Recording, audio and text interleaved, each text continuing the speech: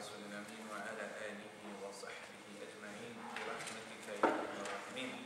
Begin with the praise of Allah subhanahu wa ta'ala. We ask Allah ta'ala to send His peace and blessings upon the last and final messenger Muhammad salawatullahi wa salamun alayhi. We ask Allah ta'ala to bless us. Alhamdulillah. Eid Mubarak to everyone. I pray that you all had a good Eid, inshallah. And inshallah we will be continuing forward. We had a good review session yesterday, those of you who were able to make it. And the videos of all those things inshallah will be up shortly. Unfortunately, it takes a lot of time to upload and everything, so you get those times in due time, get those recordings in due time, inshallah, and we will be moving forward. On the brother's side, I had left one of the books for you guys to take a look at. We have a copy for the sisters to take a look at as well, just to kind of get an idea of what we'll be reading shortly, inshallah. So that book, inshallah, we're a couple of weeks away, so I'd like to kind of get your juices flowing as to, what to expect. So hopefully it'll motivate you to study more hard before, because basically the plan with that, inshallah, will be, I'll ask all of you, as soon as I find out how much it will cost for them to print it from Chicago and ship it, I'll let you know how much it will cost, because you can't find it in the U.S. You can maybe find it online where they'll ship it from UK or something of that nature, but you can't really find it from the U.S. So for that reason, usually we have to get it, we have to find where we can get copies of it, okay? Let's put this on.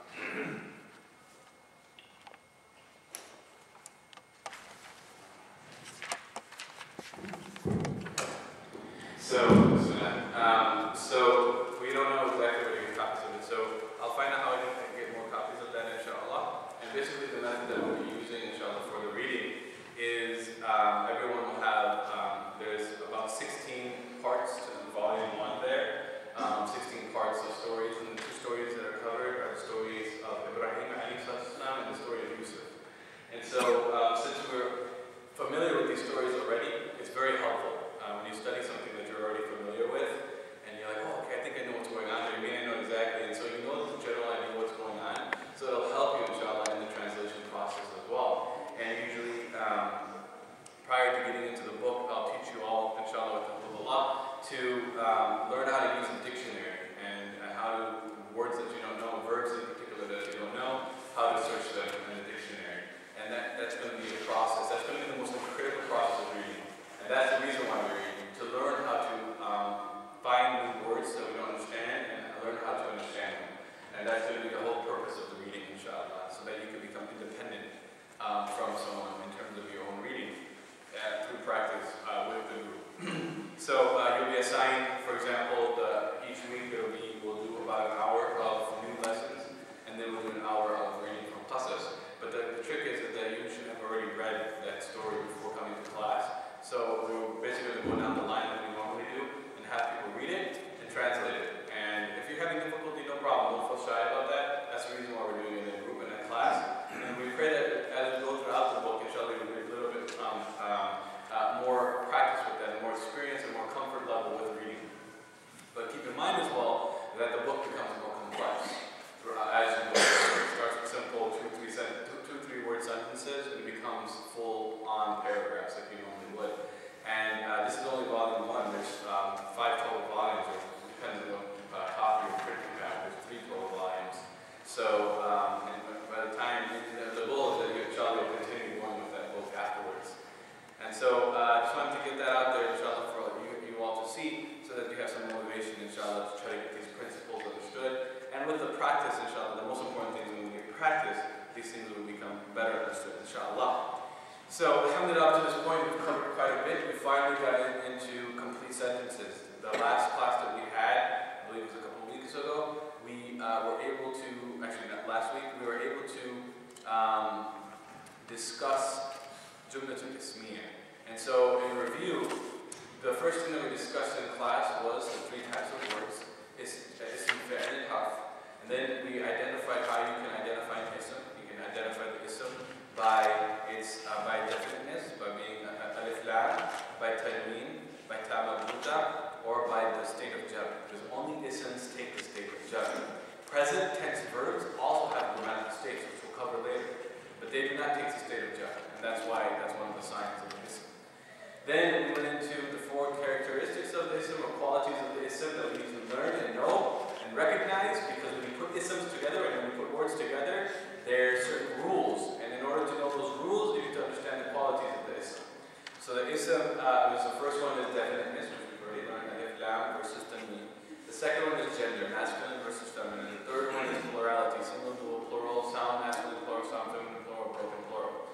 Then the last but not least is the grammatical state. And the ism has 3 grammatical states, the rafa, the nasab, and the jar. And then each of these grammatical states, the reason why we have them is to identify the function of the word in the sentence. And so when you identify, and each of those grammatical states have certain signs that indicate that that word is in that grammatical state. And those signs are different according to the plurality. So if you have a single word, it has a particular sign. If you have a dual word, it has a particular sign. If you have a broken plural, a particular sign. If you have a sound masculine plural, a particular sign. Sound feminine plural, a particular sign. Each one of those elements of plurality have different signs for raf, nasb, and jar. And so we need to always review those things, inshallah. Then the next stage is putting isms together. And there's 2 different ways you can put isms together. You can put words together. Either when you put words together, also known as compounds, they can be a complete sentence or they can be an incomplete fragment or phrase. Incomplete sentence. And so the first thing we discussed were the incomplete phrases. And there are 3 major incomplete phrases that we learned. And what are those 3 major incomplete sentences that we learned? The first one. Anyone? Volunteers. Or should I put someone on the spot? Tawsifi, exactly. So that is what? Adjectives. So adjectives. The second one. Idafi, exactly. And that is what? Possession. What's the third one? Jar, prepositional phrases. Okay, so when you have jar, you put them together. So these things, the difference between an incomplete sentence and a complete sentence is that the complete sentence, when you say it, it does not need any more information. But if you have an incomplete sentence, it needs more information to make sense. Otherwise, if I say the Book of Allah, okay, what about it? What about the Book of Allah? The Book of Allah is amazing. And now it's a complete sentence. So, once you've learned the incomplete sentences, it'll help you in complete sentences. And so last week, or the last class that we had last week, we discussed there are 2 types of complete sentences. What are the 2 types of complete sentences? Jumla al-ismiya, or a jumla, a sentence that begins with what? An ism, exactly. What's the second type of jumla? Jumla al-fi'liya. Jumla al-fi'liya, or a jumla that begins with the verb. And so today we're going to talk about jumla al-fi'liya. Last week we talked about jumla al-ismiya. So what are the 2 parts of jumla al-ismiya? Mubtada and khabar. The subject and the predicate. And in a simple 2-word sentence, the way that you tell the subject and the predicate is very simple. It's usually by order, or it's usually by the difference between the 2 is that the one is definite, the other one is indefinite. So the subject or the mubtada is usually definite, and the khabar is usually indefinite. Okay, but both the mubtada and the khabar, they take the state of rafa. Okay, that's the default status. They take the state of rafa. That's why you usually have dhamma when it comes to those 2. Okay.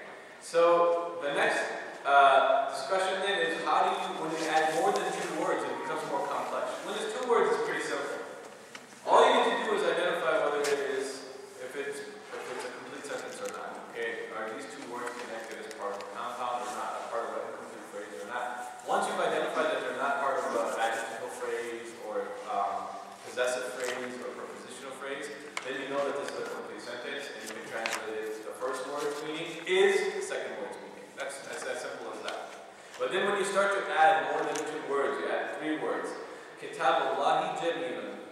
The book of Allah is Jamilun. But how do I know where to put is? How do I know where the mubtada ends and the khabar begins? Who wants to explain? How do you know where the mubtada ends and the khabar begins? And in between the mubtada and the khabar, for jumla al-ismiya, you put is. After the incomplete sentence? Excellent. So after all incomplete sentences are exhausted, that's when the mubtada ends and the khabar begins. So what do? You take 3, if you have 3 words, Kitab Allah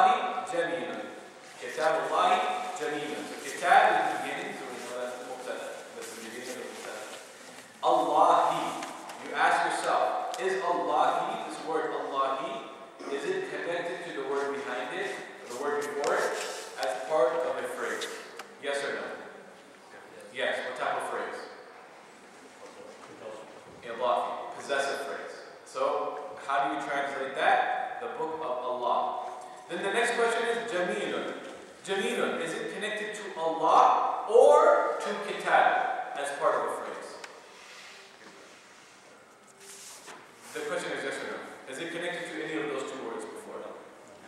It is not connected to any of those words. It's part of a phrase. So it's not. So first you look at Allah.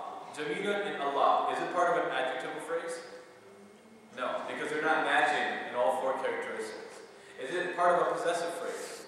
No, because Jamilun is already rafa, and you know that the mudafun ilayh is in the state of jar, right? And also Allah has alif lam. Allah will always have alif lam. So Allah there will never be something that owns Allah subhanahu wa ta'ala. Okay? So you can't have something that owns Allah subhanahu wa ta'ala. It's always the other way around. Okay? And so you always say the book of Allah. Okay, but you always say the soldiers of Allah or the worshippers of Allah. But you could also say, so anyways, so that's that. So then it's not connected to Allah. So Jamilun is it connected to kitab? And so is it an adjective of kitab? Jamilun is it an adjective of kitab? And in order for it to be an adjective of kitab, it needs to match all four characteristics. So kitab is ma'rifa. Okay, it's definite. Because why is it definite? Why is kitab Allahi? Why is kitab definite? Because it's connected to a definite. It is the mudaf of a definite mudaf. It is the definite. It is the possession of a definite possessor. And that's our rule. Remember, when you have something connected to a definite as part of a possessive compound, then they're both definite. Okay? So therefore, kitab is definite. Is it masculine or feminine? Masculine. Excellent. Is it single, dual, or plural? Single. Is it raf, nasab, or jar? Kitabu, Allahi. Rafa. Great. Now we'll talk about Jamilun. Jamilun, definite or indefinite? Indefinite. Why? No alif lam and it has tanween. So right away we know it doesn't match with kitab as part of a adjectival compound. But is it part of a possessive compound with kitab? No. Why? Because Jamilun does not have the state of jar. Okay, so it's not doesn't have kasr. So it doesn't have the state of jar. Right away you know that it is not part of a possessive compound. So you know right away Jamilun is not connected to any of the words before it. Jamilun is the beginning of the khabar. And that's as simple as that. The most important thing when it comes to a jumla ismiya is to know where the mubtada ends and the khabar begins. And so now you know how to put words together. And then the khabar can have all sorts of phrases too. So you need to know where the phrase, all these different phrases. And so these three phrases that we talked about, the possessive phrase, the adjectival phrase, and the prepositional phrase, all of them are the most common phrases that you'll find. There are others, there's about a dozen or so, but you'll learn them with experience. But these are the big for your book. These you can start reading right away. So today, inshallah, we will be beginning the discussion of Jumlatul Fi'liya. And a Jumlatul Fi'liya, in short, is a Jumla that begins with a verb. And now that we have a board here, put it that in mind. Thanks to our brother Hassan. Hopefully we have markers. I have markers. Okay. Each generation now. The first board that we had, the big one broke, so Oh, no. I have to go figure out what this one is. So today we're going to talk about the text of prayer. The detail from the reason.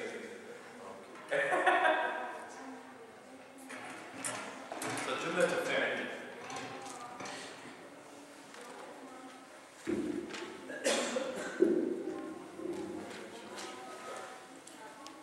So the Jumla to Fi'liya is a word, is a sentence that begins with an ism. Okay? So a sentence that begins with an ism, with the fi'l, is Jumla to Fi'liya. So for example, if we just think of it audibly or we think about it orally, Jumla to Fi'liya, can someone give me an example of a Jumla to Fi'liya? Two-word Jumla to Fi'liya. Simple two-word Jumla to Fi'liya, based on the verbs that you learned before. Go ahead. Who is it? Daraba Zaydun. Excellent. Daraba Zaydun. What is the meaning of that? Excellent. Zayd hit. Okay? So you could leave it at that, but let's now add a three-word Jumla to Fi'li. Daraba Zaydun. Let's use this verb daraba. Okay, good. Daraba Zaydun shadidan. Zayd hit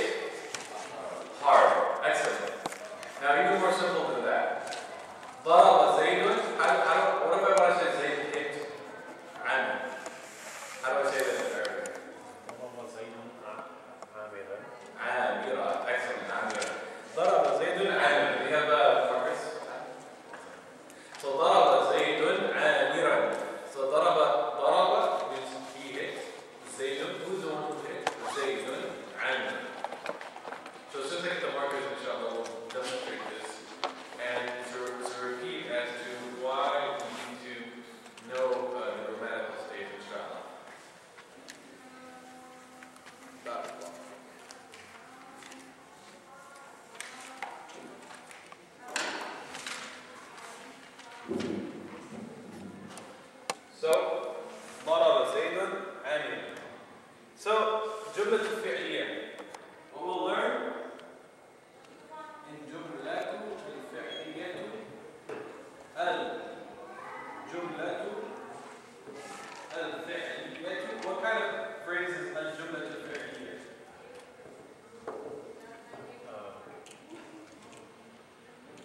توصيف. Exactly, excellent. So this is describing jumla. So what kind of jumla is it? It is a fi'l jumla. Okay? That's as simple as that. If you look at a jumla al-fi'liyah, it will have either 2 parts or 3 parts, depending on the verb. Does anyone know the 3 parts of a jumla al-fi'liyah? Subject, verb, object. Excellent. So subject, you have to have a verb, otherwise it's not a verb, right? Verbal verb and object. Okay? You always need to have a verb and a subject. Always. Okay? But the object may or may not be there depending on the verb. What do I mean by this? If I say Arif ran, which doesn't happen often. Arif ran, right? Does the verb run, does it need an object? No. So if I say Arif jara, or jara Arif for jumla al-fi'liyah. Jara Arif. That is a verb that does not need an object. Okay? So you always need a subject and you always need a verb. Most of the time you'll see an object. Okay? But not all the time. So, remember, the difference between...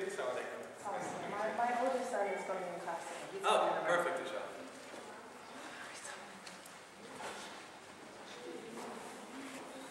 Assalamu alaikum, welcome. Yeah. What chapter are we doing, guys? 19.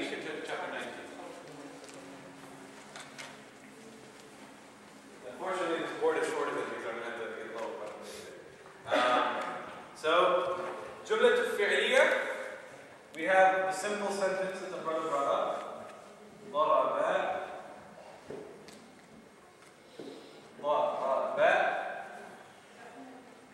زيد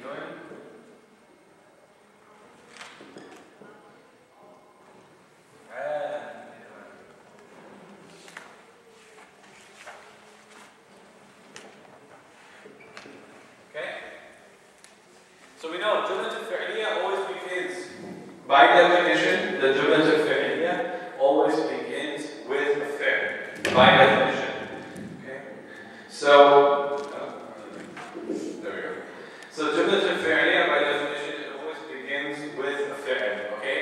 If I put Zaydun ضرب عامرا, is it a Jumla al-fi'liyah? Why is it Jumla al-fi'liyah? زيد ضرب عامرا. Sequence doesn't. It's Jumla al-ismiyya. So that's important to know. Just remember this. Jumla al-ismiyya, and Jumla al-fi'liyah. The simple definition of Jumla al-ismiyya is that it begins with an ism. So if I said Zaydun ضرب عامرا, it's no longer Jumla al-fi'liyah. But ضرب زيد عامرا, that's Jumla al-fi'liyah. Okay? But you can order, I'm not saying that you cannot order it that way. It just becomes Jumla al-ismiyya. And it's just a little bit different. The meaning is the same. There's a subtle difference in the meaning, which we'll talk about later. Okay? So, ضرب زيد عامرا. So, the question is, when you have there's 3 words here, there's 3 different types of 3 words as part of a simple Jumla al-fi'liyah. So, how do you know? We all know how to identify the verb. So, the first part is easy, because it begins with the verb. And we know how verbs look like now. Past tense verbs. Right? Kataba, katabu, kataba, katabata. All of you guys memorize this, right? Okay, good. Alhamdulillah. So daraba, what is it? If you just saw daraba by itself, what does it mean? He hit. Okay, excellent. But when you add an ism after it, and the ism has what? Dhamma,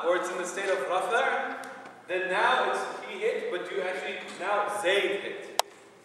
Okay, because this becomes the what? This becomes the subject. And Amir is the object. How do I know that Amir is the object and Zaydun is the subject? Because I can still write, and this is perfectly fine. I can say, ضرب عامرا زيد.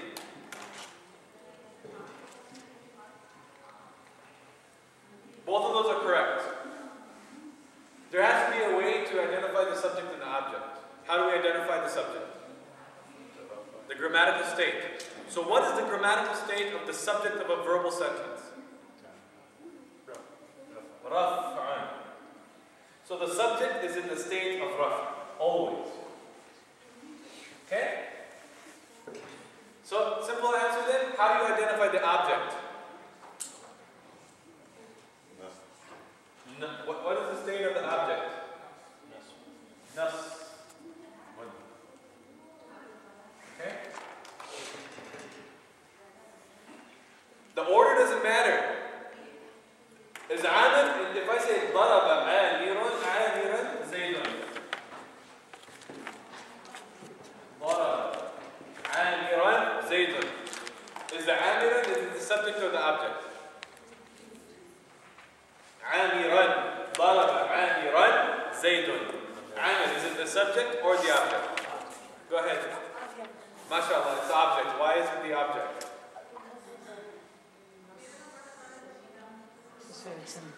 I didn't hear him. Did he say nasab? It's a state of nasab. Excellent. Zaydun, subject or object? Subject. How do you know that? Rafa. Okay? That's it. It's that simple. ضرب زيد عامر. ضرب عامرا زيد. What tells you who is the subject and who is the object is based on the grammatical state. Okay? And we know the grammatical state based on the sign that's at the end of the word. The i'rab. So the i'rab of Amir is nasab. How do you know that it's nasab? Because it has a fathah. Zaydun, the grammatical state of Zaydun is raf'an. And how do you know it's raf'an? Dhamma. And remember I told you when we talk about grammatical state, we say what it is. We say how we know that it is. What's the last question? Why? So we say Amir is in the state of nasab. We know that because it has a fathah. It is in the state of nasab because it is the object of the verb. That's how you analyze things grammatically. Zayd, it is in the state of rafa'. How do you know it's in the state of rafa'? Because it has a dhamma. Why is it in the state of rafa'? Because it is the subject of the verb. So what is the Arabic terminology so that we know the Arabic terminology? So we know fi'l.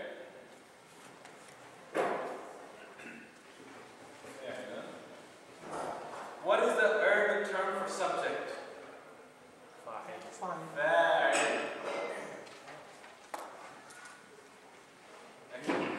And what's the Arabic term for?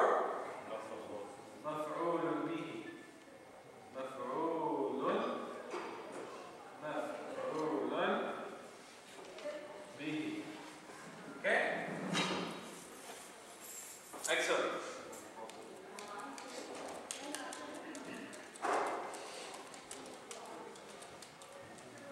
Make sense? Verbal sentences are that simple.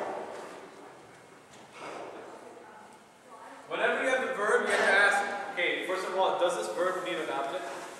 Then you say, okay, what's the subject of the verb? And that's the focus. You need to know what is the subject of the verb. Are you getting the whole board, by the way?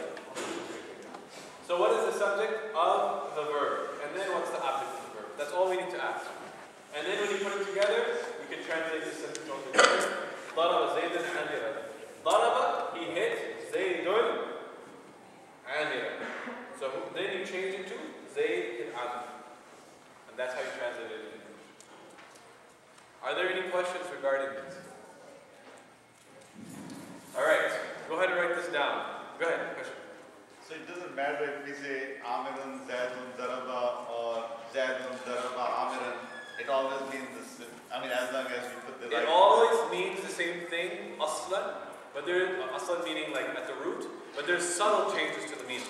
Can someone tell me, like, if you say daraba Zaydan amiran and daraba amiran Zaydan, why, in the Quran this happens all the time, the order is changed.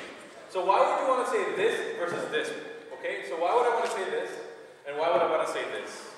Like, what would the meaning change in a small way? It is like, Sometimes one of the passive sentence, right? Go ahead. The passive sentence, the second one, Daraba, Amiran, Zaidun. Yes, what about it? Is it passive sentence instead of active sentence? No, it's not passive. We haven't studied passive yet, but good try. Good suggestion. Anyone else? maybe we want to emphasis on the strength, like Not the strength, but the first word was correct. Emphasis. What do you want to emphasize? Whenever Allah, or whenever you bring something forward, I don't want to put that in the Quran, obviously it relates to this, but whenever you bring something forward and you say it first, obviously you want to show importance to that thing, right? You want to emphasize. So, Daraba Zaydun Amiran, it's a normal occurrence. It's something that is normal. Daraba Zaydun Amiran. There's nothing special about this statement. But if it Daraba Amiran Zaydun, if it Daraba Amiran Zaydun, meaning like Zayd is this little dude, right? And Amir is this huge dude, right? And he hit him, right? So Amir is this big person, and wow, could you believe that Zayd hit Amir? So that's the way that you should say it. And so when you read Quran and you translate it, it doesn't give you that, the feeling, the emotion. And so by learning this, you're getting the feeling and the emotion. So inshallah. And so when you see these examples, you say, why did Allah say it this way? When we know that Allah could have said it this way. And Allah chooses even the order, even the very letter that Allah chooses, He chooses for a reason. So this is what makes the Quran so beautiful. And this is what inshallah we can appreciate more and more as we continue to be like that. Okay? Go ahead and write this down.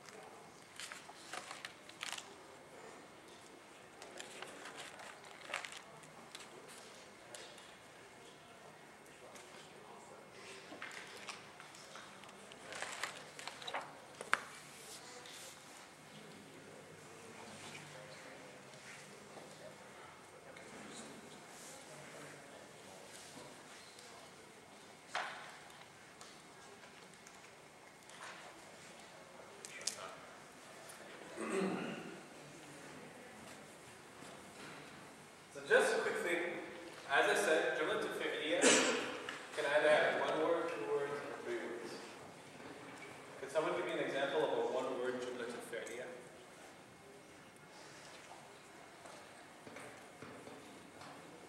Because remember, a Jumlat al-Fi'liya needs a verb and it needs a subject. So in Arabic, you can have, ironically, you can have a 1-word Jumlat al-Fi'liya. Huh? Yeah, you're close. If you're getting to the idea, what if I were to say,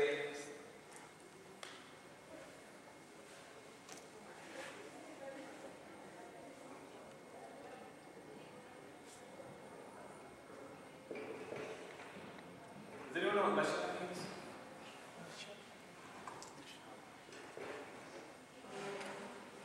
It means walk. Jara. Run. Excellent. What about la'iba? Do you know what la'iba means? La'iba means play. Okay, good. Every one of these is an example of a Jumlat al-Fi'liya. Does anyone know why? Or how can you have, because I told you Jumlat al-Fi'liya needs to have a subject and a verb. There's no ifs, ands, or buts about it. The object is questionable. It could be there, it could not. But it needs to have a subject and a verb.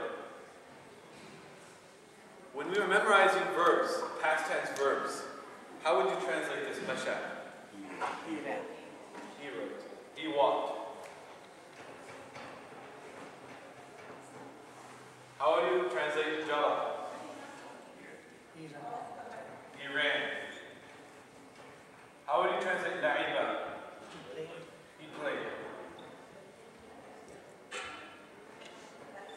And you can change all of these to any one of those other things. I'm not going to do these ones because these are harder because they have this crazy letter at the end, okay? Nice try, Brown. You thought I was going to do it, didn't you? But la'iba, how do you say they played? Come on, quick. La'ibu. La'ibu.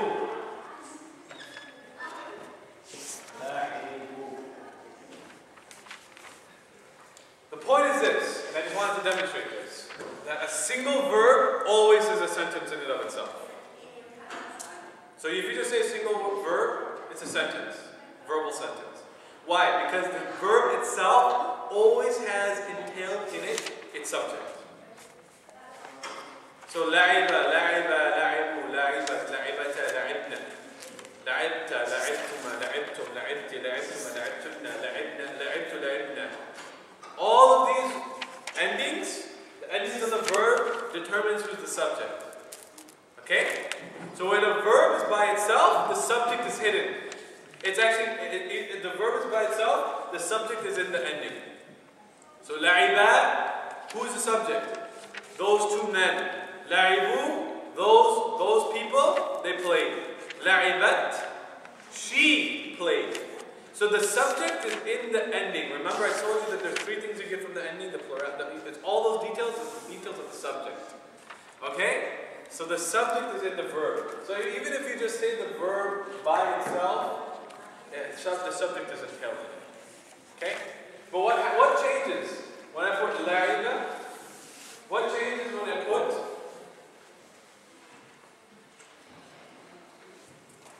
la'iba? لعب الطالب.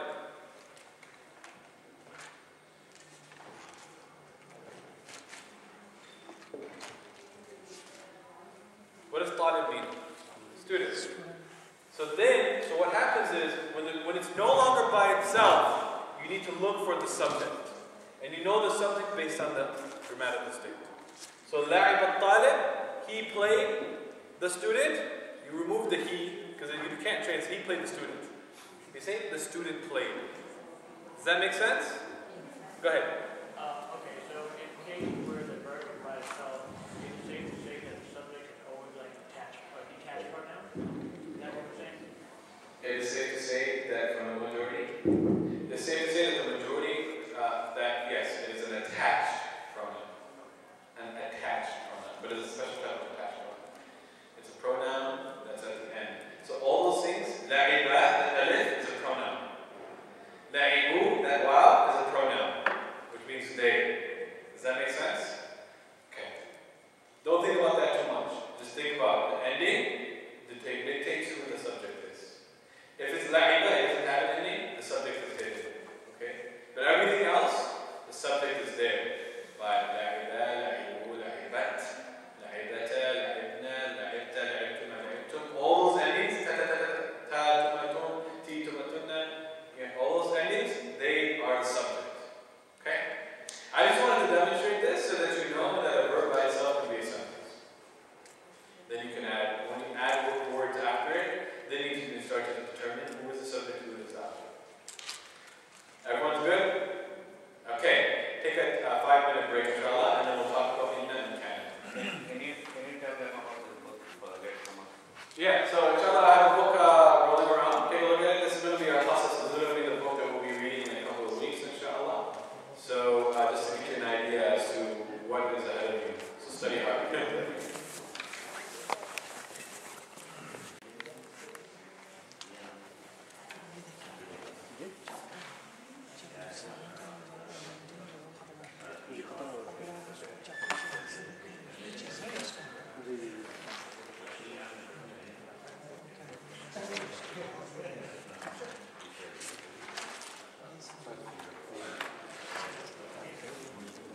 देखने को यहाँ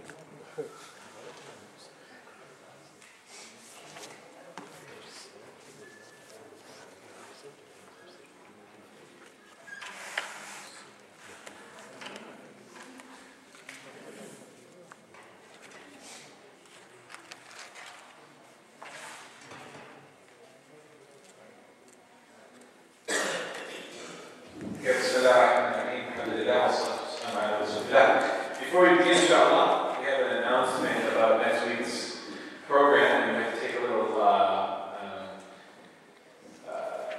vote as to what the plan will be next week. So, please, inshallah.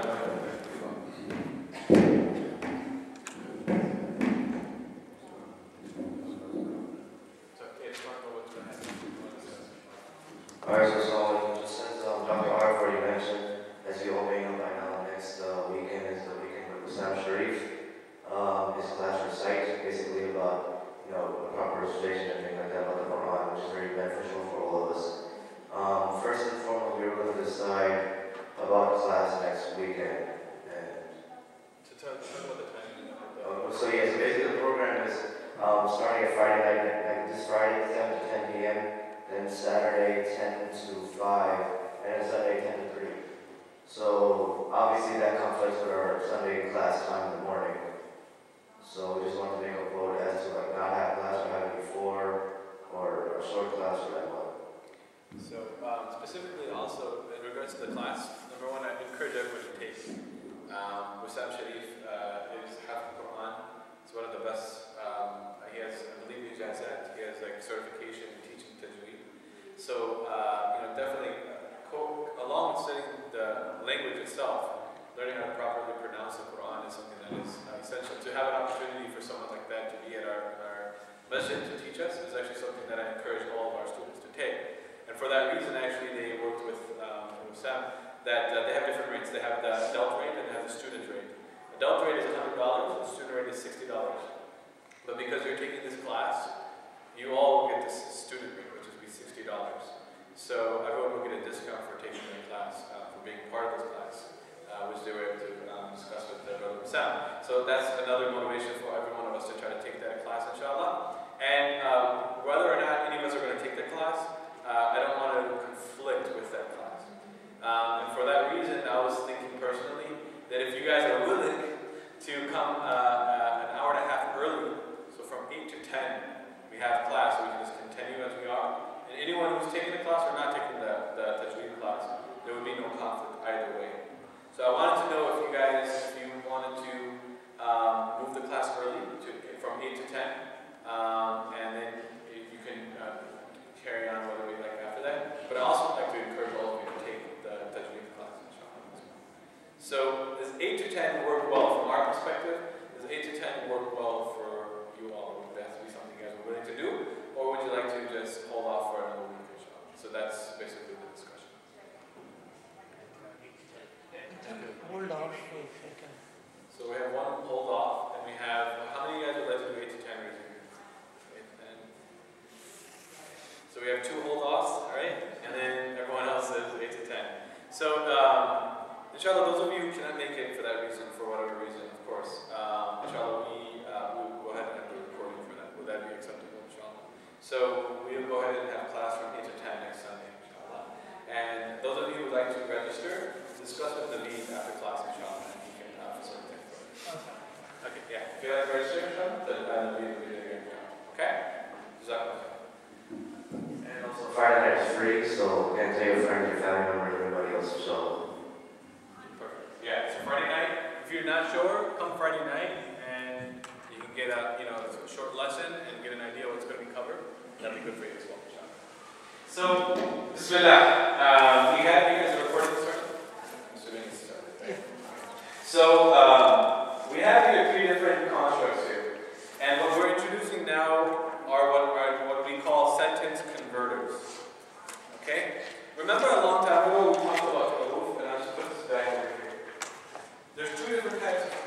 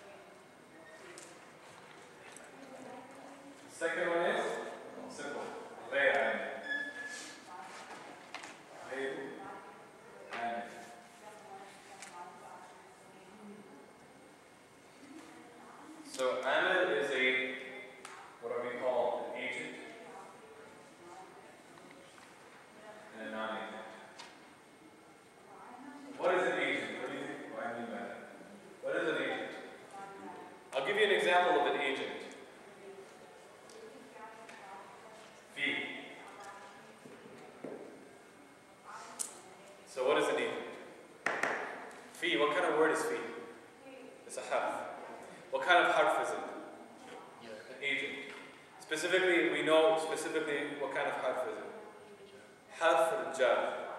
Okay? So what does harf al-jar do? It changes the word that comes after it into a particular grammatical state. Harf jar changes it into the state of jar. So, what is an agent? Based on that example, what is an agent? An am, harf am. Louder. Confidence. Doer person or the I'm sorry, what was that? doer. A doer, exactly. Okay, excellent. A doer of what? Specifically, what does it do? An agent, harf, amil. An agent, harf, is a harf that acts, that does something to the word that comes after it. The words that come after. Word or words that come after it. Okay? Ghair amil is the opposite, okay? And there's a bunch of them and we can come across them as we go, okay? Specifically, does the harf change the grammatical state of the word or words that come after it? If it does, it's a harf an. So fi, min, ila, ala, an, all these are huruf al-jar. And by definition, they are called an, harf an. Okay, they are agents. There are two new agents that I want to introduce to you guys today. Okay, go ahead and write that down. The two new agents are inna and kana.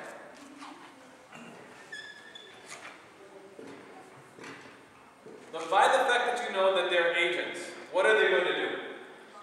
They're going to do something, right? Somehow they're going to impact the grammatical state of the word or words that come after them. Okay? So keep that in mind.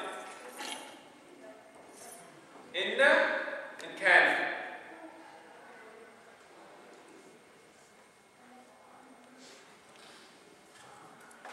I'm going to erase this now. So, we have these two words specifically enter upon Jumlat al-Ismiyah. And when they enter upon Jumlat al-Ismiyah, they work to change the grammatical states of the words that come after it. Okay? So, Allahu Rahimun. The meaning here is what? Allah is merciful. Allah is Rahim, the most merciful. Not the most, not necessarily the best, but we know that Allah is the merciful. Okay, I'm just going to put that for simplicity's sake. Okay? Grammatically, what's the term for Allah in this sentence? Remember in Jumlat al-Ismiyah, there are two parts. What's this part? Mubtada.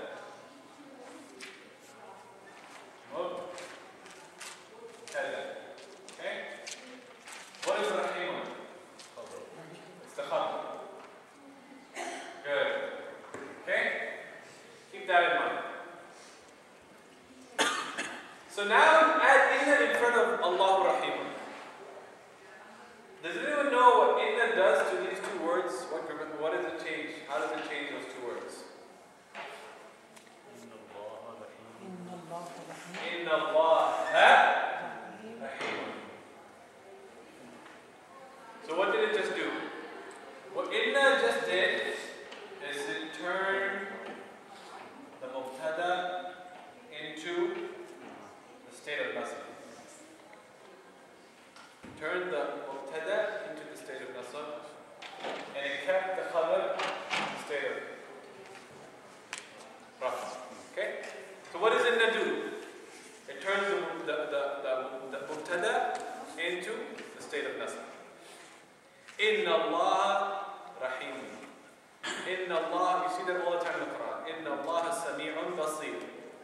Inna Allah Alimun Khabir. we'll go through this entire window and just do it. Inna Allah waliyun. Inna Allah mani'un. Inna Allah, etc. All these words. Inna Allah rahimun. So that's what inna does. Inna turns the mubtada into the state of nasab, and it keeps the khabar in the state of raf. Doesn't do anything to the raf, to the khabar. Okay? Kana, what do you think kana does? Kana Allahu rahiman. Okay? And if you put a stopping there, rahiman. So kana has the opposite effect. It turns the khabar into the state of nasab.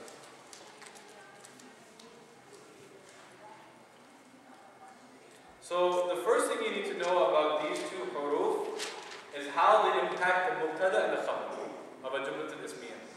And you see that they have act in opposite ways. Okay? The second thing you need to know is the meaning. How does it change the meaning? So inna changes the meaning by adding emphasis. So whenever you add inna to a sentence, it's no longer Allah's merciful. Indeed, it's emphasizing indeed. That's why you see the word indeed there. But you need to know the emotion involved with it. Indeed, Allah is most merciful. So it adds emphasis. Inna. In time you put inna before jumlat al-ismiyah, it now emphasizes that. It brings strength to it. It brings emotion to it. What does kana do? Past tense. So Allahu Rahimun, Allah is merciful. How do you say kana Allahu Rahiman? What does it mean? What's the translation of that? Allah was merciful. So, indeed,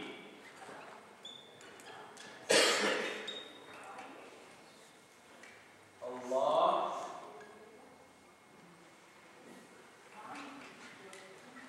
is merciful.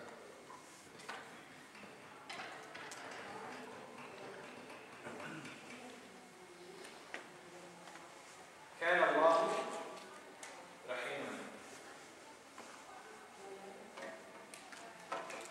Allah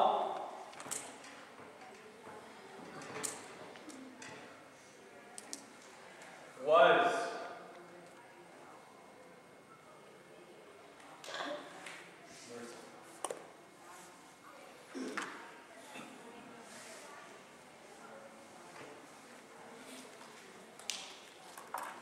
So the first thing you need to know about these huruf, inna and kana, is how they impact the grammatical state of the mubtada and the khabar. Okay? The second thing you need to know is what does it change the meaning of the sentence. So how does inna impact the mubtada? Turns it into the state of nasab. It doesn't do anything to the khabar. How does kana impact the sentence? It turns the khabar into the state of nasab. Okay? How does inna impact the meaning? It adds emphasis to the meaning. How does kana impact the meaning? It turns it into the past tense. So can Allah Rahim. Allah was Rahim. Don't ask your question. I have a question. Okay, go ahead. So if you use kana in a sentence which doesn't have an object, it still has the same effect. Exactly. But you can't use kana without, it needs to have a mubtada and khabar. So for example, if in the ayah of the Quran it says kana rasulan nabiyya, right? Yes. So it has the same effect, but there's no object in that sentence. We're not talking about objects here. This is not a verbal sentence. Okay. This is jumlat al-ismiyah, Okay. which has a subject and a predicate. There's no object. Oh, sorry. So what I was saying, if there is no subject, it has the same effect. There's always a subject. So give me an example where there's no subject. Kana rasulan nabiyya. Rasulan nabiyyan? Oh, okay, I got you. Kana rasulan nabiyyan. But I didn't lie to you guys. Why did I not lie to you guys? So the example he's giving here is Kana rasulan nabiyyan. Okay? Nabiyyan.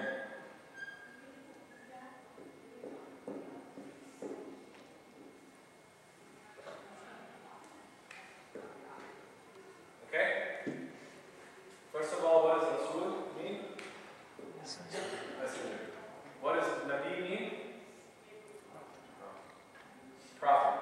Okay, there's a difference between the two of them. We'll talk about that later. Kana Rasulan Nabiyyan. So he's saying, where's the mubtada? Because both of these are nasab, right? So what does kana do to the khabar? Kana turns the khabar into nasab. Both of these words are nasab, right? Both of them have fatha.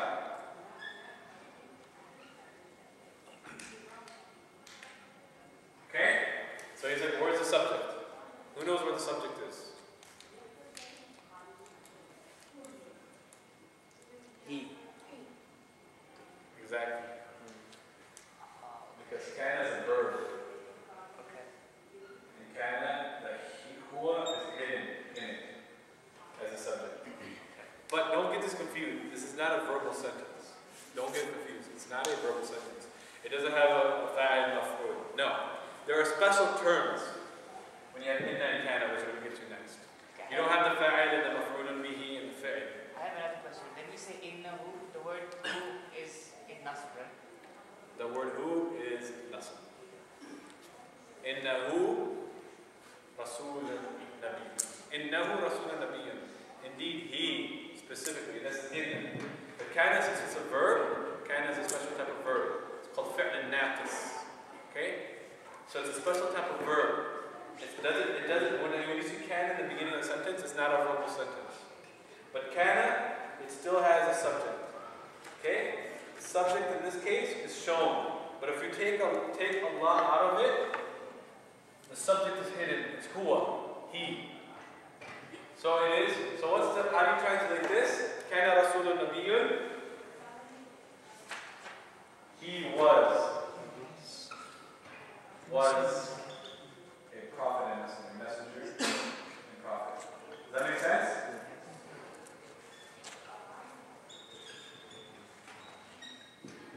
Okay?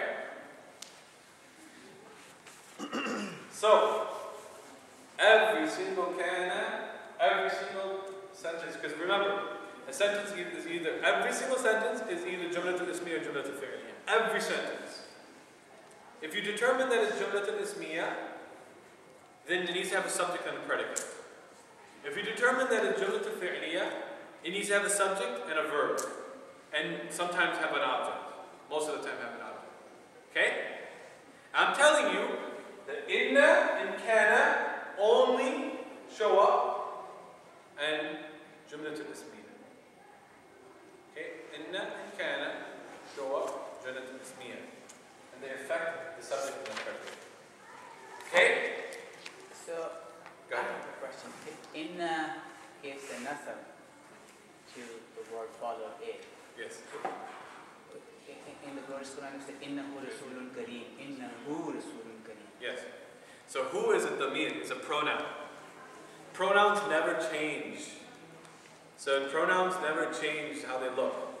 So this is an attached pronoun, and it is who. So Allah, khalaqahu, Allah. Allah created him.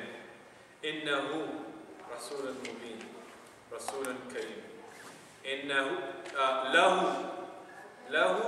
alhamd. Lahu alhamd. To him belongs the praise. That who is always going to look the same. It never changes. We haven't studied the grammatical state of pronouns. There's a chapter in the book, so don't worry about that.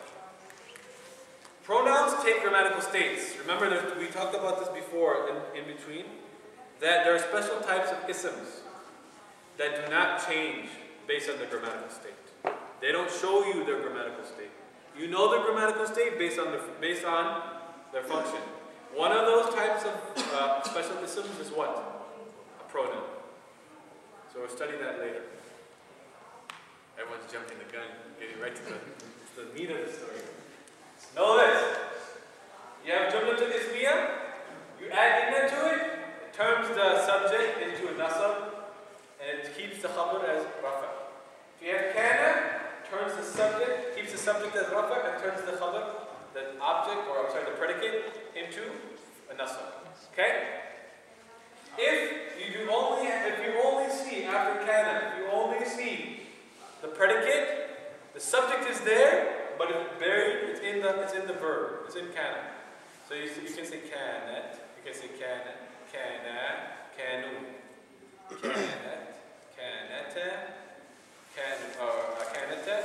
Kunti. Kunti. Okay? But this is a little bit complex in its formation because there's an alif there. Okay? So if you look to the page, the chapter on kana, which is chapter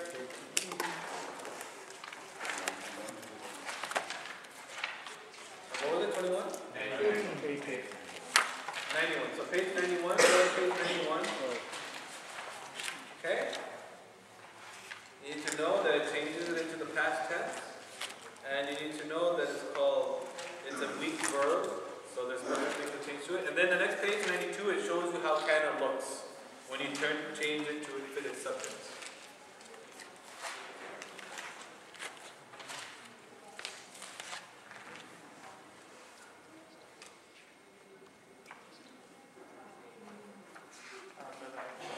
This rule for inna, is it only for inna or is it for all the huruf of nasb? All the rules. Yeah, this particular rule for inna, is it only for inna or is it for all the huruf of nasb? So we're going to get there now. Hold your question. Okay? So just remember this. This is the most important thing. Allah Rahim. Kana Allah Rahim. Okay. Go ahead and write this down. And take a 5-minute break. So anyone has extra questions, we're going to discuss.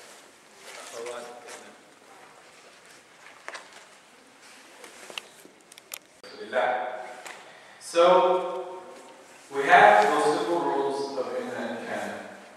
Kana has a couple of other things that we need to keep in mind. Okay? The two of them is this. So we have this word, we have these sentences here. Talibatu zakiyatan. Okay? And we want to add kana. Okay? We want to add kana here. We need to know how to write the kana. Al-Muslimuna salihina. So remember, we have the mubtada, or we have the subject of kana here. It's in the state of raf. The object of kana, the predicate of kana, in the state of nasab.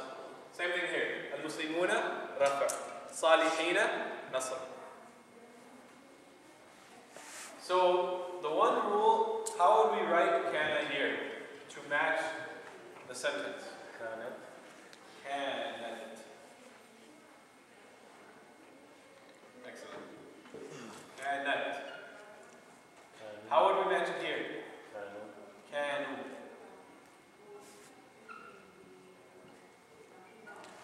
So this is how you need to write it. What just happened here? There's another special rule for kana. That is that this needs to match the subject and the predicate in both plurality and gender.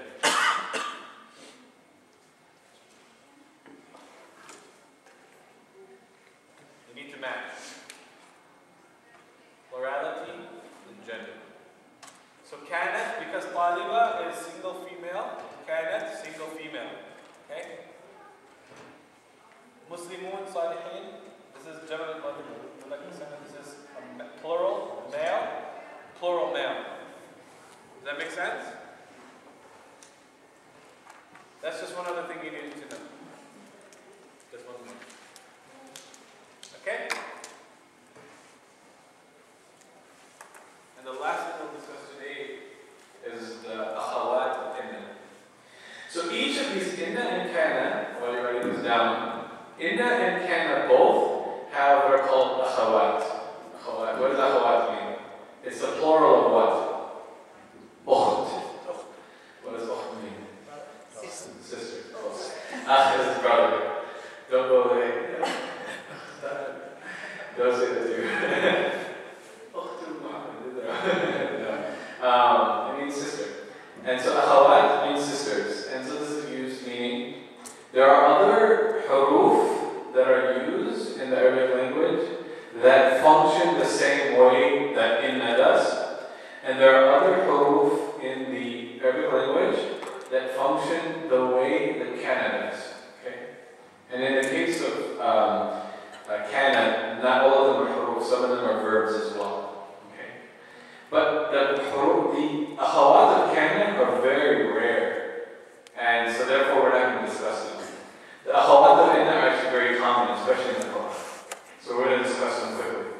So basically, the akhawat of inna do the same thing that inna does. They come on Jumlat al-Ismiyah, they turn the mubtada into the state of nasab, and they leave the khabar in the state of rafa. Okay? The only thing we need to know about them are what are the akhawat of inna, and what meaning do they bring to the sentence.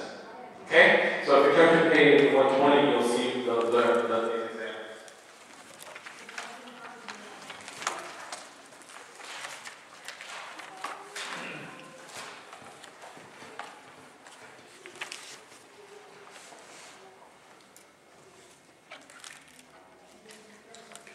Sisters of inna.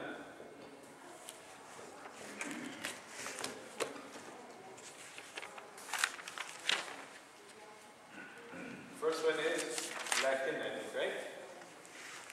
Lakin.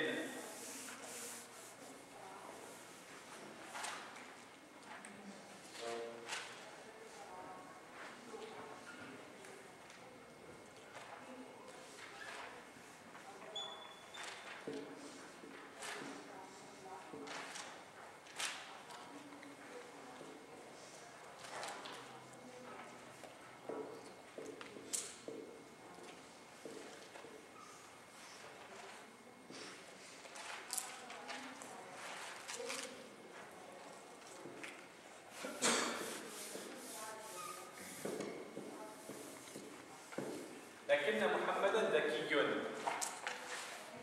Okay?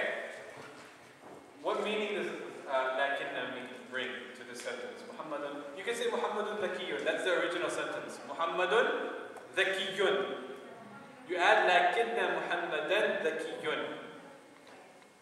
What is the meaning of لكن? However. So notice how again it turns the subject into nasab and try to get into and use it as well. But what you need to know is that first of all they function just like inna, and you need to know what meaning they bring to it. Okay? So lakinna Muhammadan dhakiyyun. When do you use however in English? I'm going to use however when I made a previous statement, but I want to say however something else. So I can say, and Muhammad's lazy, right? Muhammad is lazy. Muhammadun kaswun. Lakinna Muhammad dhakiyyun. Muhammadan dhakiyyun. So I can say Muhammad is kasr, is lazy. However, he's smart. Okay? So it's usually to make a contrary statement or some sort of statement opposite of what you previously said, or quantify the statement. So lakin means however. It's usually connected with the previous statement. Okay? The second one is ka'anna. Ka'anna. And ka'anna is something that is just like ka. Right? Ka'anna. You get the example here. Ka'anna. Wajhaka. Wajh. Wajh. Haka. Qamrun.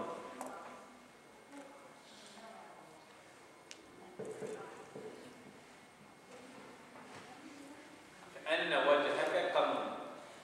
So ka'anna, so what does wajhun mean? Wajh face. When I add ka there, it's an attached pronoun. This whole thing is called mudaf mudafan ilayh. The mudafan ilayh is ka. The mudaf is wajh. This is being possessed by ka. So ka is the owner. So ka means you, male. So your face.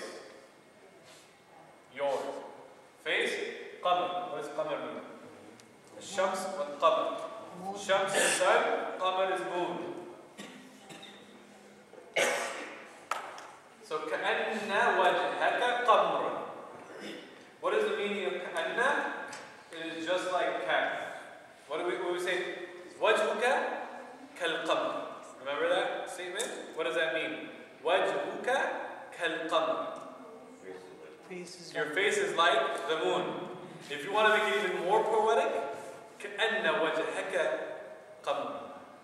Okay? That's the next level of balagh, of rhetoric. So it adding emphasis. It is like. Okay? Like. Okay? But the best translation, how do you translate it all together? It is as though your face is like the moon. That's the best way to translate it in English. So it is like your face. It is as though your face is like the moon.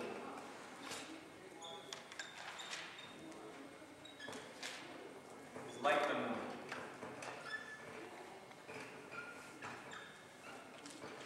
Okay? That's the best way to translate that. كأن وجهك كالقمر. Or كأن وجهك القمر. It is like your face is like, it is as though your face is the moon. That's the best way to say it. It is as though your face is the moon. Instead of saying your face is like the moon. Okay, that's pretty new, right? كأن وجهك القمر. Or قمرا. كأن وجهك قمرا. Your face, it is as though your face is the moon. You see what I'm saying? Is the moon. I'm sorry, this is probably better. Is the moon. Is the moon. It is as though your face is the moon. Okay? Again, turn the wajh, which is the mubtada, or the subject, into nasab, and it kept the predicate and rafa. Okay? The next two are excellent because they're frequently mentioned in the Quran, and there's a difference between them. Everyone has this? Good.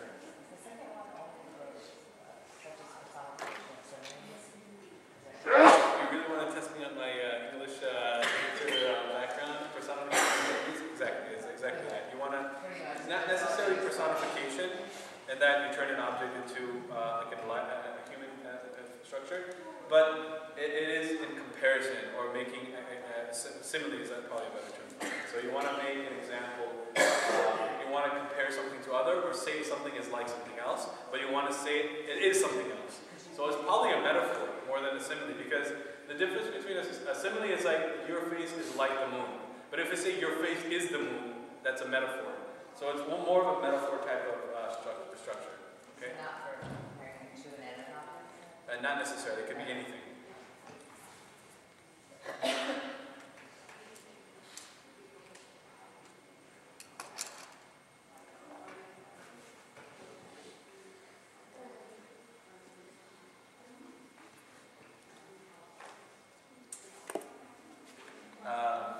You see the example, this is probably a better example.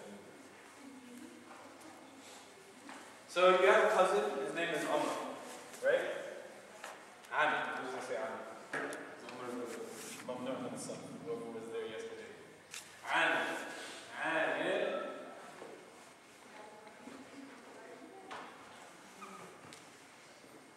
Amiran. Shab.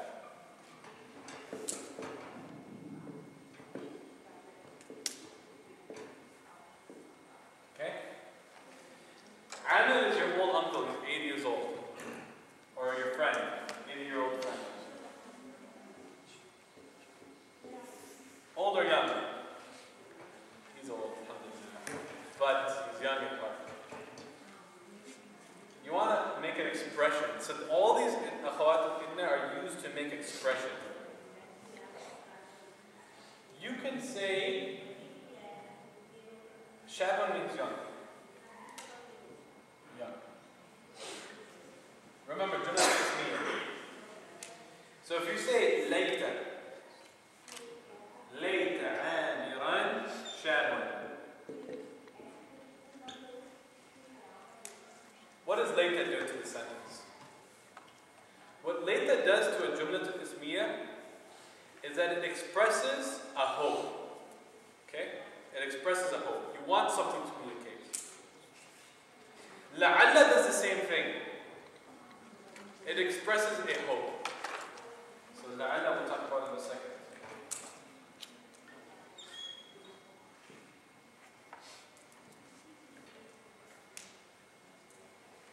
La'alla. Both of these, hope. They express hope for something. So if you hope something will happen, you use layta or la'alla. The difference between layta and la'alla, can anyone think? I'm going to give you an example of la'alla and then I want you guys to tell me what the difference is.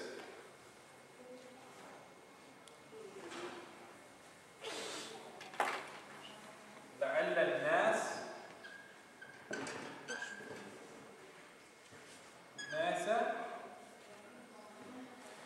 يشكرون.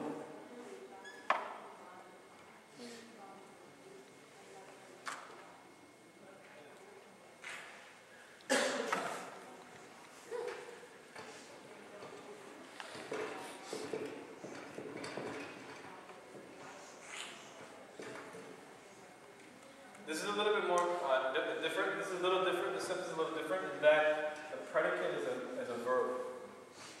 Verbal sentence. Remember when we talked about different types of khabar a long time ago? You can have a word, you can have a phrase, or you can have a sentence. So the predicate in this case is a verbal sentence. Don't worry about that, okay? What you need to worry about is what it does to the, because we know that inna affects the subject, okay? Turns it into say nasr. Alright. So what's the difference between layta amiran shabun? Amir is 80 years old. And la'alla nas yashkurun. What does yashkurun mean? Thankful. They are thankful. They are thankful.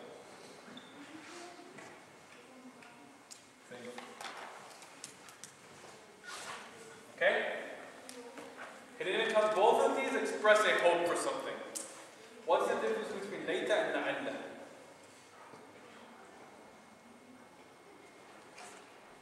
Anyone?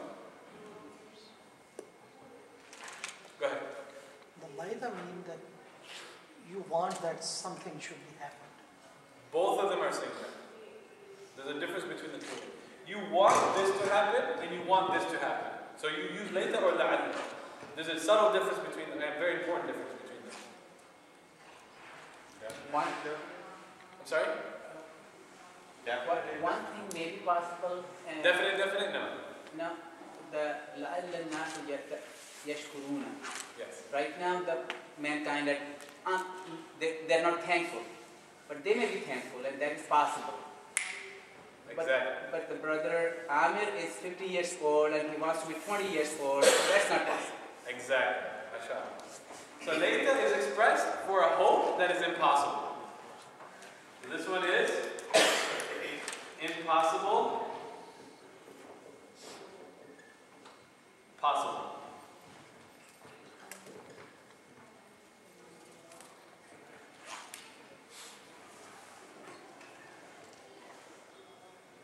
How many of you guys have recited in Surah An-Naba? Ya laytani kuntu turaba. Ya laytani kuntu. It's a little bit more complex, but it is Ya laytani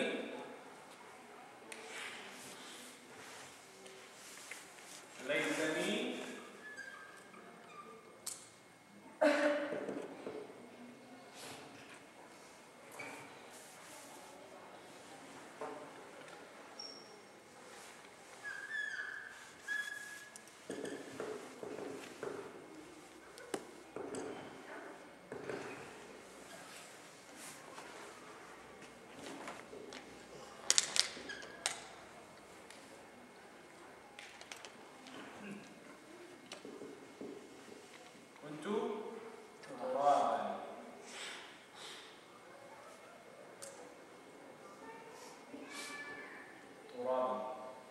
So what is turab?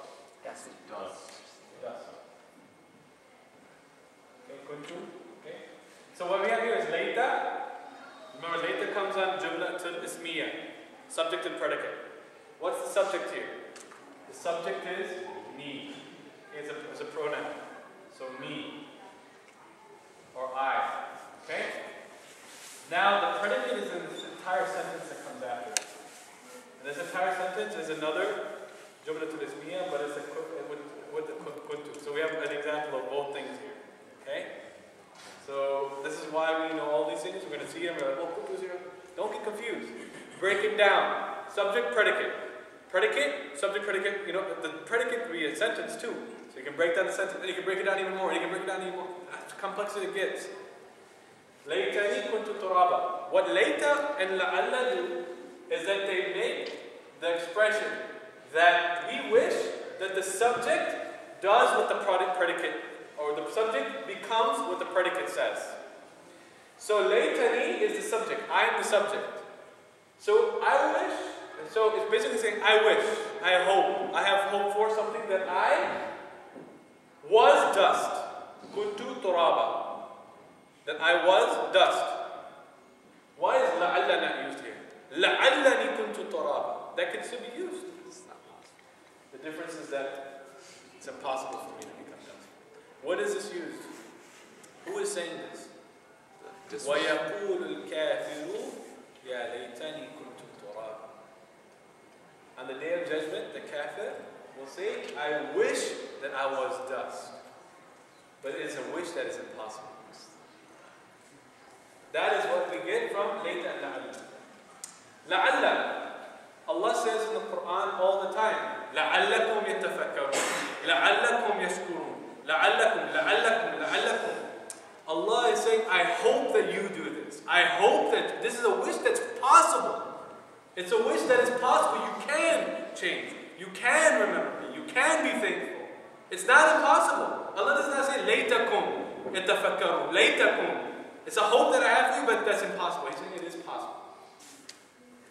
That's what we get from layta and la'alla. لَعَلَّ النَّاسِ يَشْكُرُونَ لَعَلَّكُمْ يَتَفَكَّرُونَ لَعَلَّكُمْ تُؤْمِنُونَ. Okay? So this is what we get from layta and la'alla. So what we know is, number one, that they change the subject of the sentence to rafa or to nasab. They don't affect the khabar. And all we need to know after that is how they change the meaning of the word, of the sentence. So lakinna says however. Okay, it means however. Ka'anna means it is as though so and so. It's like so this. La'alla, I wish that the subject becomes the predicate. And it is possible. Later, I wish that the subject becomes the predicate, and it's not possible. Okay? And you can see all these examples here.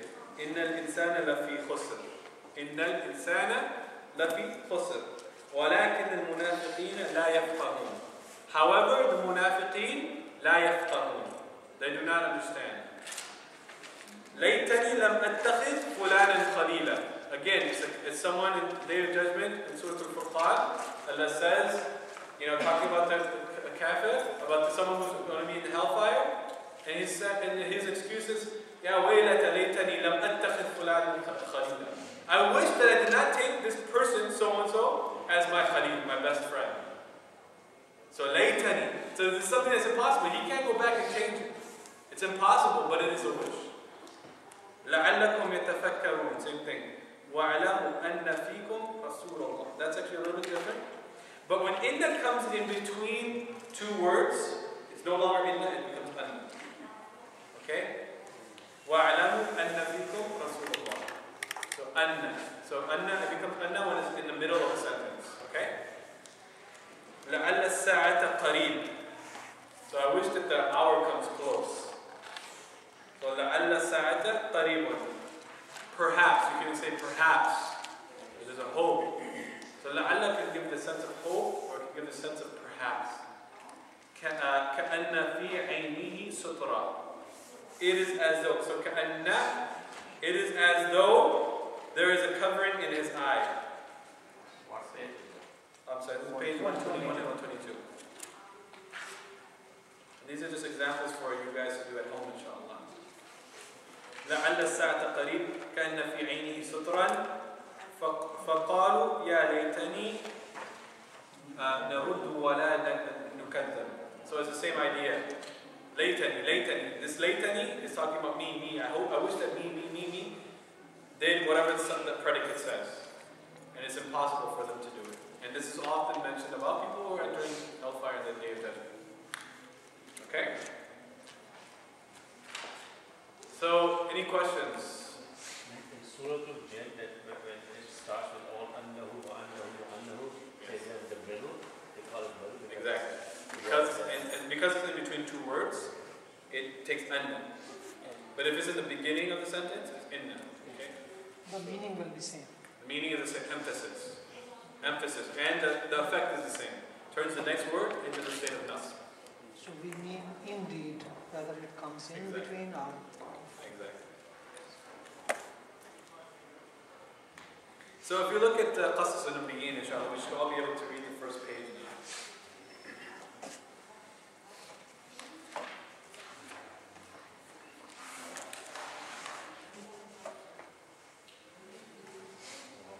كان في قرية رجل مشهور جدا.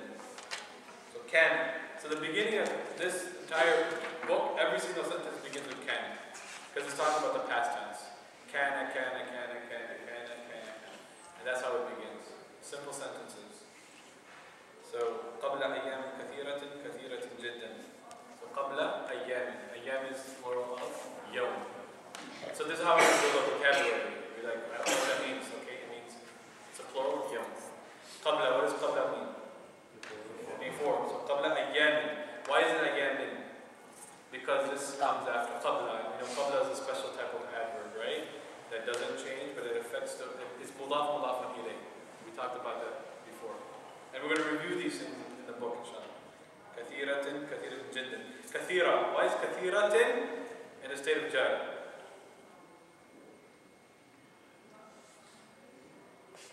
Yamin is in a state of jar, so this is qualifying. Kasirat means qualifying. It's an adjective of ayam, so many, many means kathira means many. So many ayam. So قبل أيام كثيرة كثيرة جدا. And jiddan is an expression that is used to mean a lot. Okay, and it's always jiddan. It always sounds like that. Okay, don't worry about the grammatical state of that. So وكان اسمه هذا الرجل أزار. We don't know هذا yet what that means. We're going to learn it before we start the book, inshallah. وكان أزار يبيع الأصنام. وكان أزار is the subject of كان. So Azar is the name of the person. يبيع الأصنام. يبيع comes from باع يبيع. So يبيع is a present tense verb. And we're going to learn all these things before we start reading the book, inshallah. Okay? The point is can is in the beginning of it, and you should know why there's can in there, inshallah. Any questions? Go ahead. This sentence is yashkurun, is it a verb? Yashkurun is a verb. It's a verbal sentence, actually. And as I said, predicates can be a single word, can be a phrase, or it can be a nominal sentence or a verbal sentence. So did you say that when you use inna, it's always in the noun sentence? Yeah, because inna, so if I say inna nasa yashkurun. All these are in akhawat inna. Is this a ism or fi'l? It's an ism. So this is a ismiyah. So it always enters before jumlat al-ismiyah. The difference is, remember, jumlat al-ismiyah, you have the mubtada and the khabar. The khabar, there are different types of khabar. This is a khabar that is a sentence. Okay? So just remember, this is the subject and this is the predicate. Everything that comes after it, it's a predicate. Okay? If yashkurun is not connected to that as part of a phrase, obviously it's not because it's a verb. This whole thing is a predicate that begins after it. So the predicate is a sentence in this case. And this is nominal sense. All these are nominal sentences. However, the predicate here, now the predicate is a verbal sentence. Okay? So what you do is you have these long sentences. This is called tarkeeb. Tarkeeb. So someone says, can you do tarkeeb of this sentence? Meaning, can you break down the sentence for me?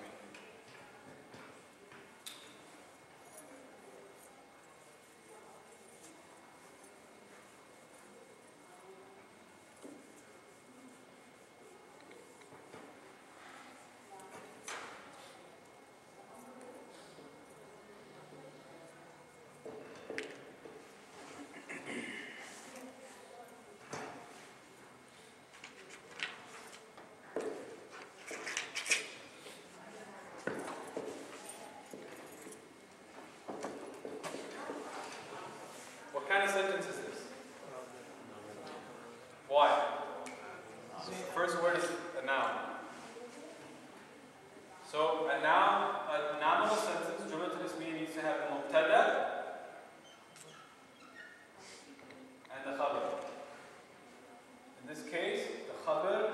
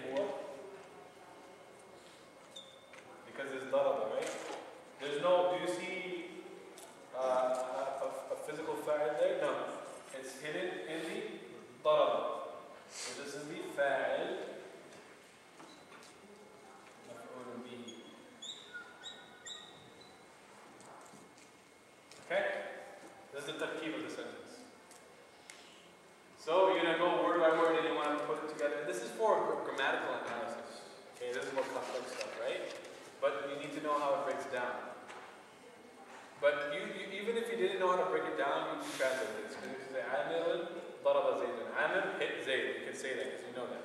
It's simple. I'm not going to ask you to do this type of stuff, but you should know that it's there, and that you occasionally I make them up so that the confusion is fixed. Okay? So Amirun daraba Zaydun. And then so they say do tarkib. And there's a different level of tarkib. You want to break down the sentence, and then say do the i'rab of this. Do the i'rab of this.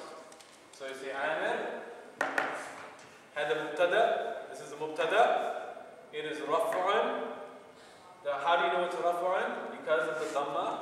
Why is it raf'un? Because it's the mubtada. Daraba. This is the fi'l. Okay? If you have a fi'l, who's the fa'il? The fa'il is huwa. Fa'il is huwa, this is hidden. It's called damir mustatir. A hidden damir, a hidden pronoun. The fa'il is hidden. So daraba is a past tense verb. The fa'il is a hidden pronoun that is in the state of rafa'. Is in the state of rafa'. Why? Because it is the fa'il. Zaydan is a maf'ul bihi, mansubun. How do you know that it's mansub? Because of the fatah. And the entire sentence is in the state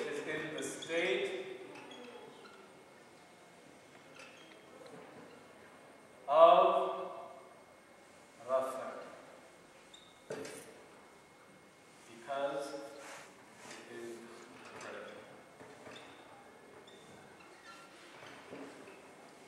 they say fi mahalli. So it's replacing the khabar. Instead of having one word there, the entire thing is the khabar. This is the high level stuff that I want you guys to know since we have 1 minute left and I just wanted to waste time. But this is what it's going to be. This is why those who are getting fiqh from ayah, I'm going to send you guys the ayah of wudu, and why you can have difference of opinion as to what are the obligatory parts of wudu based on grammatical state, breaking down the sentence. And I'll send it to you guys. That'll be your homework for the week, along with all these chapters. Do the assignments there, and I'm going to send you, inshallah, if I have time, I pray, send you the answer sheets.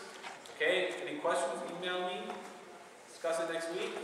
Next week, 8 o'clock, we're starting. The last part I couldn't get. Don't worry about the last part. I just love doing that to you guys. It just frustrates you guys, and you guys hate me. That's actually a sign of